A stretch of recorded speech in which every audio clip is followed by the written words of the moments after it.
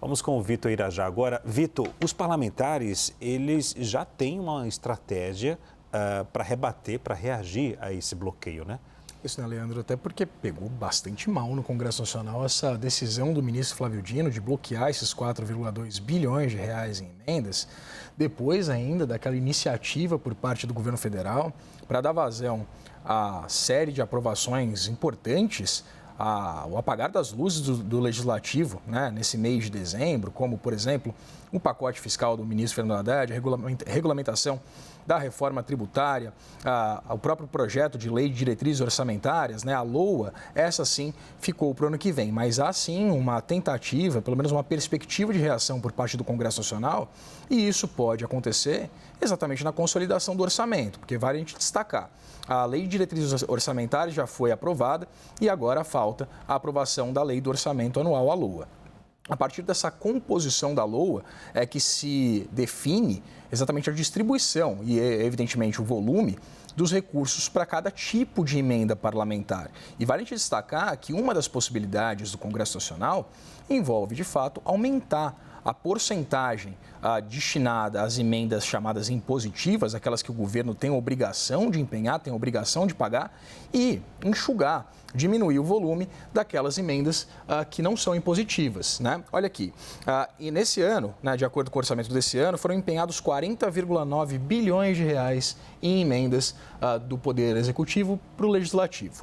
36,7% delas eram as emendas individuais, ou seja, impositivas. 26,8% emendas de comissão, que essas não são impositivas.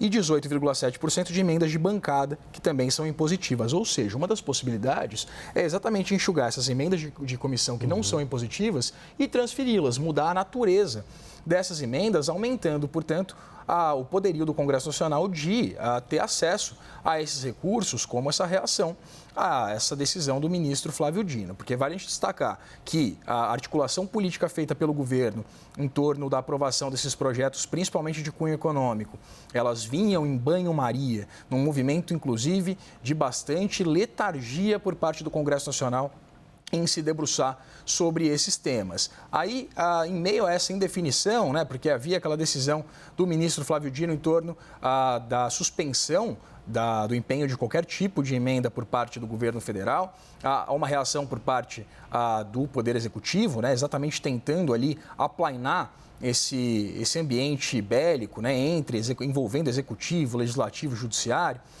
e depois, né, que se libera, portanto, um montante residual das emendas ainda para esse ano, os parlamentares começam a ter acesso, fazem, portanto, esse blitzkrieg, conseguem aprovar uma série de medidas importantes para o governo federal no Congresso Nacional. E depois, essa decisão do ministro Flávio Dino em torno do bloqueio de 4,2 bilhões do empenho dessas emendas caiu muito mal, foi visto como uma traição por parte de alguns parlamentares. Pessoas próximas a Flávio Dino dizem que ele não faz qualquer tipo de acordo, qualquer tipo de articulação ou de compromisso político. O que ele faz é, de acordo com essas pessoas próximas, analisar a constitucionalidade das matérias que caem sobre sua mesa e, com a determinação desses critérios, desses novos critérios envolvendo dar mais transparência e rastreabilidade para as emendas, de acordo com o Flávio Dino, essas medidas elas não tinham sido cumpridas, houve aquela adaptação e depois esse movimento em torno da apresentação dessas emendas, né, junto ao presidente da Câmara, Arthur Lira, e outras lideranças, mais de uma dezena de lideranças partidárias, que foi considerada, portanto, inconstitucional pela liberação desse montante de 4,2 bilhões de reais que os parlamentares ainda tinham a expectativa de enviar para suas bases ao apagar das luzes do Congresso Nacional. E é evidente, Leandro, num momento em que os prefeitos, né, em janeiro, tomam posse no dia 1º de janeiro, começam seus mandatos com uma dificuldade orçamentária muito significativa. Isso porque nos últimos anos, né, principalmente na última gestão, nos últimos 4 anos, houve a pandemia de coronavírus, em que houve um montante, um volume de transferência de recursos ponta a ponta, ou seja, recursos que vieram do governo federal, do Tesouro Nacional e chegaram nas prefeituras de uma forma muito mais ostensiva, exatamente pelas políticas emergenciais engendradas em combate ao vírus. Então, muitos municípios municípios tiveram a capacidade, por exemplo, de equilibrar os seus orçamentos, de dar vazão, por exemplo, a pagamentos de folha, pagamento da máquina pública, que de fato é muito pesado para esses municípios, que têm uma dificuldade muito grande do ponto de vista da restrição orçamentária, assim como tem o governo. Eu sempre falo aqui, né, Leandro, que do ponto de vista de investimento, o governo federal teve, por exemplo, cerca de 10, 11% da capacidade de investir de forma livre, né? Sem que esses recursos estivessem carimbados de acordo com o orçamento desse ano. Então, a gente já vive uma situação em que esses municípios têm uma restrição orçamentária muito significativa e os prefeitos fazem essa pressão para ter acesso a esses recursos. Agora, Vitor, há parlamentares que já falam que a estratégia agora na retomada, né, no fim do recesso parlamentar no mês de fevereiro, vai ser a não votação de matérias de interesse do governo, é isso? Já há parlamentares falando isso? A gente viu isso acontecer na prática, né, Leandro? Isso porque desde essa decisão do ministro Flávio Dino de suspender completamente o empenho dessas emendas, houve essa trava da agenda, principalmente a agenda econômica no Congresso Nacional, e também uma reação por parte da oposição em relação a matérias que não eram de interesse do governo.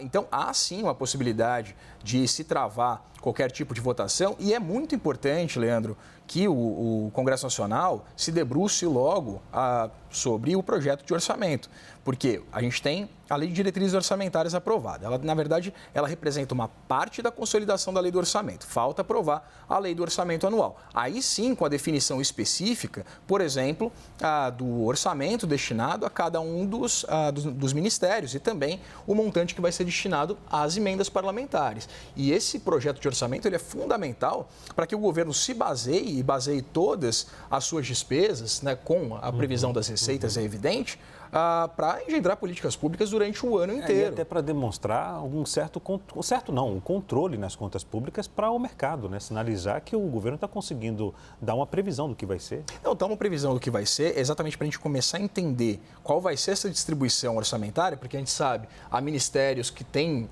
um tamanho, né, são muito inchados do ponto de vista orçamentário, e há essa discussão a respeito exatamente da diminuição ou não desse montante.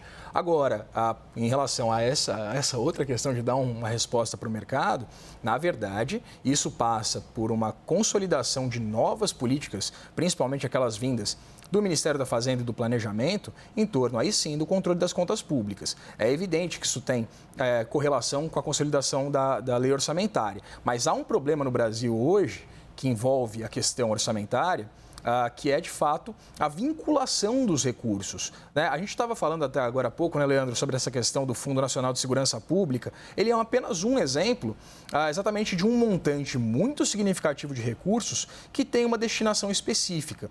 Exatamente essa falta de maleabilidade do orçamento federal, não só o federal, né, mas o orçamento também de estados e municípios, é uma das principais queixas dos políticos, né, dos mandatários, sejam eles o presidente da República, seja governadores, prefeitos, exatamente porque há uma cobrança por parte da população, por parte dos agentes sociais, né, da sociedade civil como um todo, em torno da feitura de políticas públicas e de investimentos. Só que o governo federal, os estados e municípios, sua grande maioria, na verdade, tem uma dificuldade muito grande exatamente de fazer novos investimentos, exatamente por essa restrição do ponto de vista de você não conseguir mexer. Você até tem o dinheiro, só que ele está preso a algum tipo de função. Há uma vinculação orçamentária muito significativa no Brasil, que já tentou se modificar, por exemplo, por meio daquela PEC dos fundos apresentada durante o governo de Jair Bolsonaro para fazer essa desvinculação do orçamento, mas